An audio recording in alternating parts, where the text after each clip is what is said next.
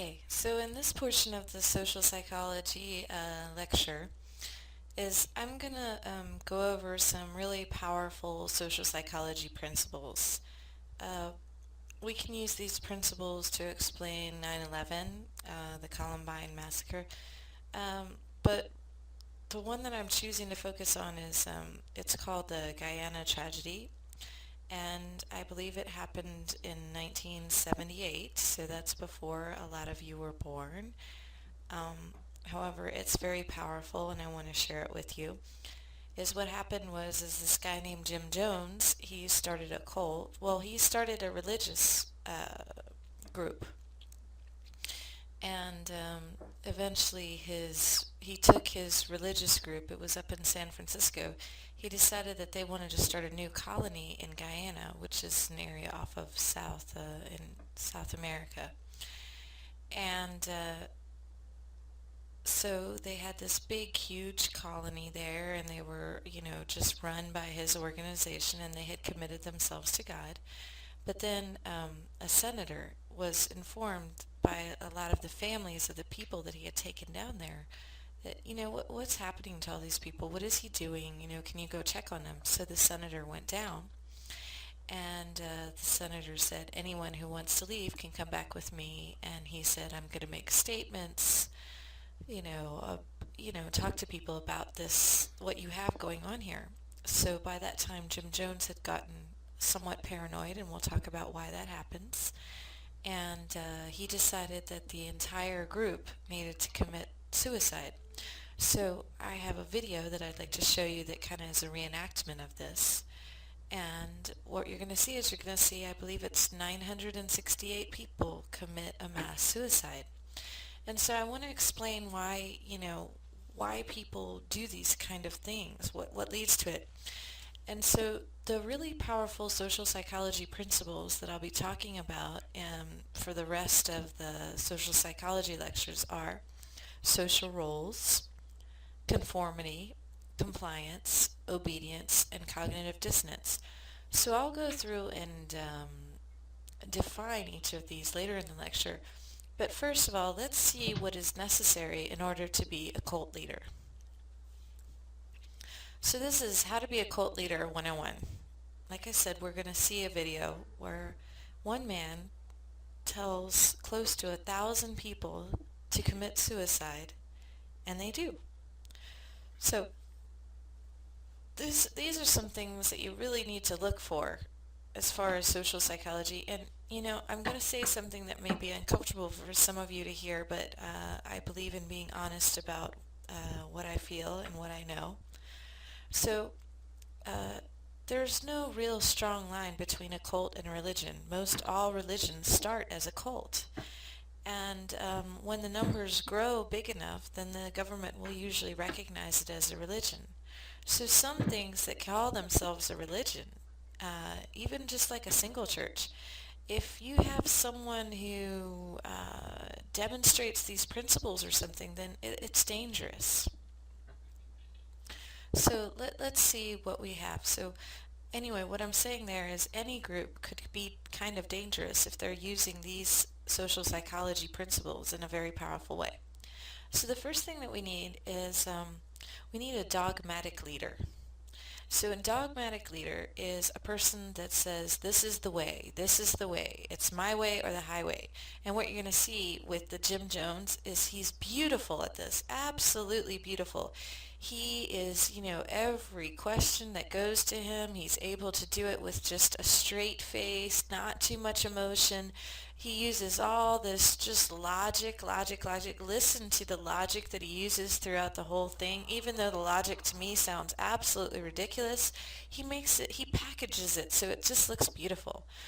So in order for somebody to gain complete obedience, we're going to see that's one of the social psychology principles, is you need someone who continues to say something again and again and again. This must happen. This must happen. And the more that you can do it with a straight face, the more people kind of believe in you. That, oh, I shouldn't be questioning this. Okay, so now we've got a dogmatic leader. We've got somebody who says, this is the way, absolutely the way, don't question me. Now, let's see what the next thing is. So, probably anybody can get drawn into a cult, and that's why this lesson is so important for people to kind of be able to recognize this. Um, I'm not knocking on religion. I'm just comparing the similarities for like a lot of you know that there's some religions out there that have been negative, that have traumatized people. So we know that people they tend to turn to religion when they're a little bit down and out or a little bit worried about things. Like, for example, I would guess that um, during 9/11, probably a lot of people turned to God. And when the financial, when the economy goes down, then I would say people turn to God. So when we get in a slightly depressed state, the emotional portion of the brain is more active, and we tend to look for answers.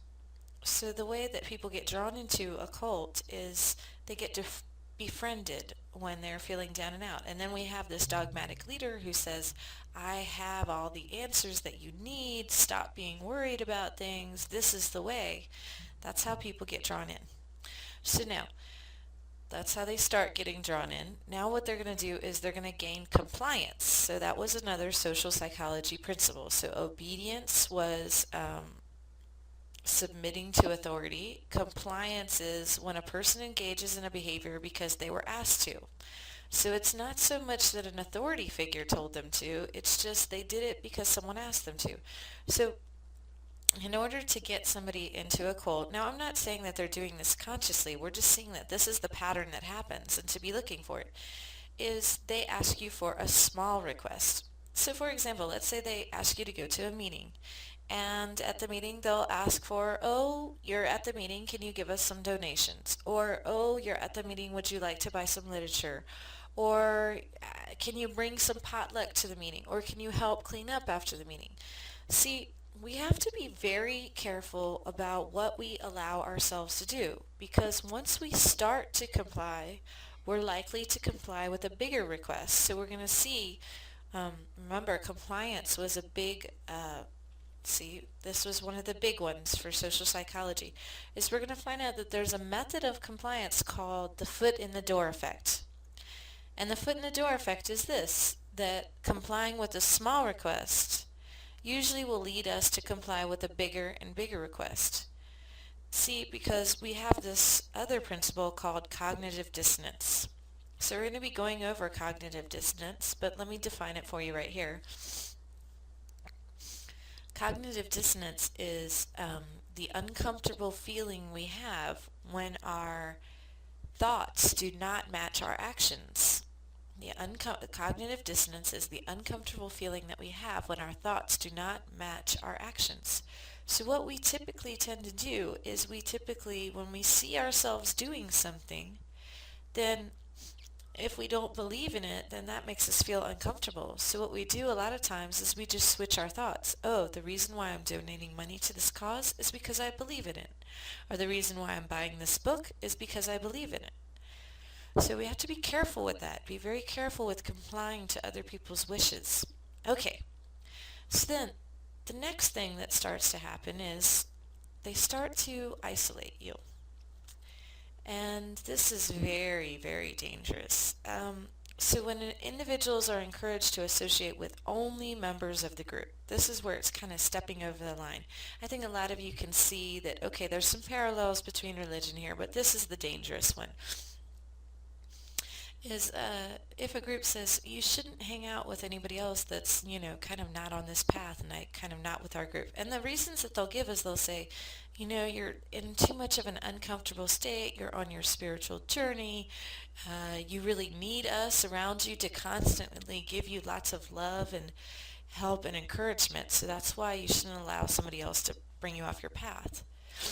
But we'll find out that what isolation does is isolation creates conformity. Okay, we're at the next stages now. So we already know that isolation is a big warning sign. Be careful, be careful, be careful. The next one, brainwashing, is another warning sign. Okay, but nobody's ever going to say, oh, we're brainwashing you. What you need to look for is this, is the way that someone's brainwashed is they're deprived of food or sleep and put into a state of high arousal, and powerful messages are repeated over and over again. So let's see how this could happen. Let's say that a certain group says, okay, we're going to have a marathon, a love-in marathon, where we're going to spend 24 hours together, and we're going to spend long hours into the evening. We're going to fast. We're just going to do this, and then what we're going to do is somebody's going to be preaching, or somebody's going to be giving us really powerful messages.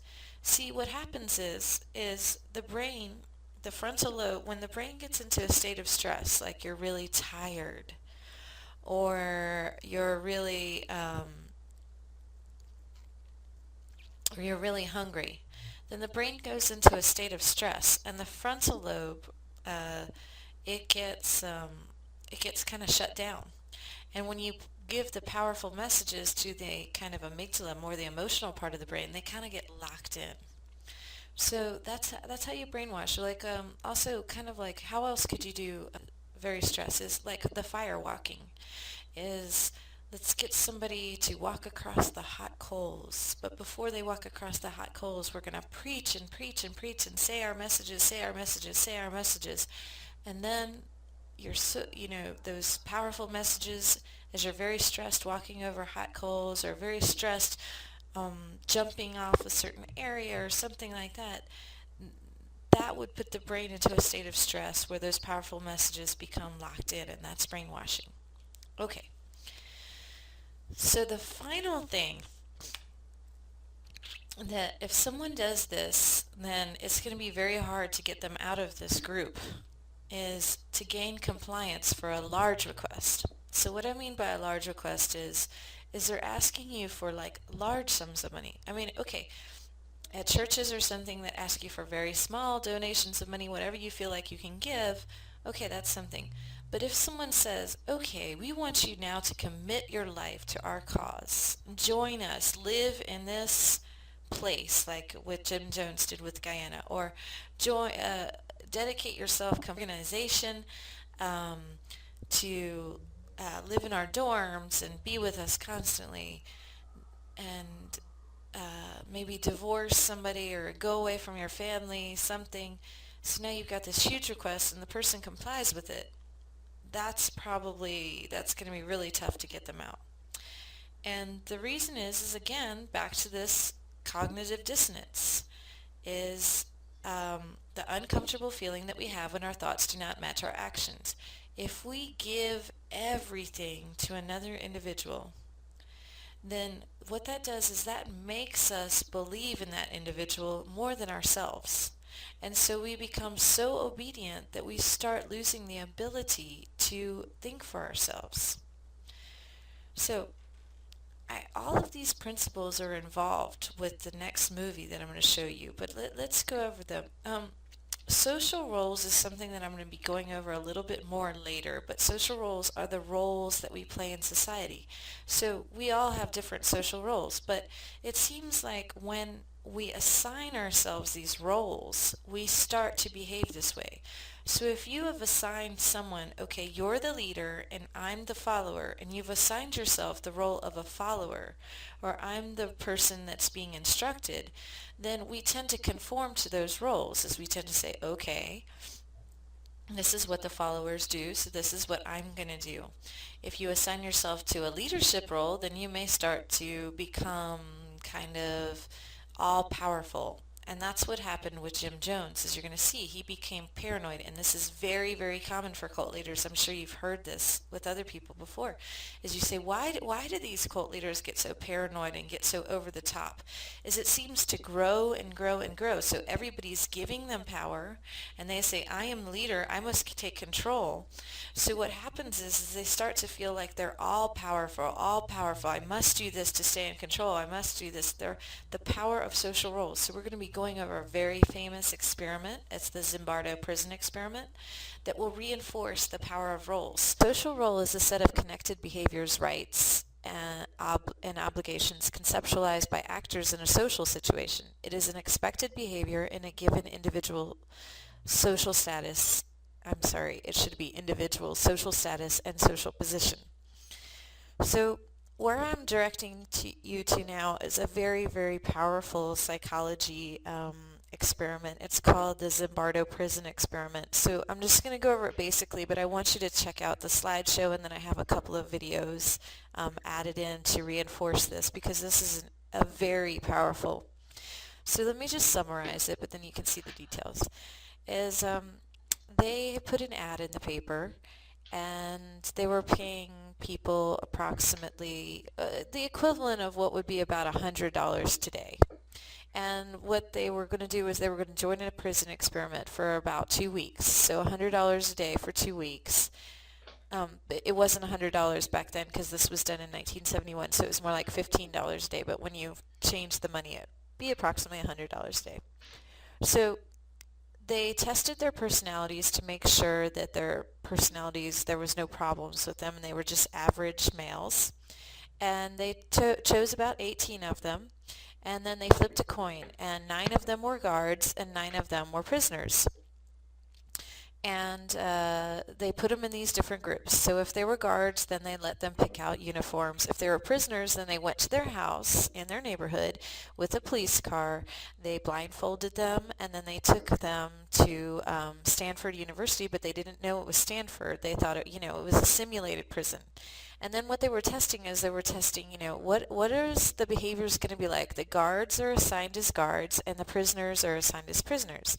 So I want you to see the details from the slideshow, because there's a whole slideshow at this web link that I'm sending you to, and it's really, really fascinating. It has pictures. It goes into all the details that I can't possibly go through here, and it's better if you just read it. But basically, the experiment was supposed to last for 2 weeks, and they had to end it within 6 days.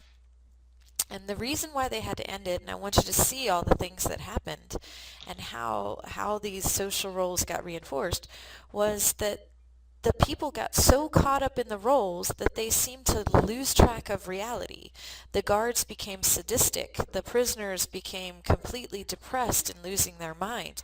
And this all had to stop within 6 days. But I really want you to see for yourself, like, how things occurred. I mean, there were riots, there was sexual abuse, there was all kinds of things. Okay.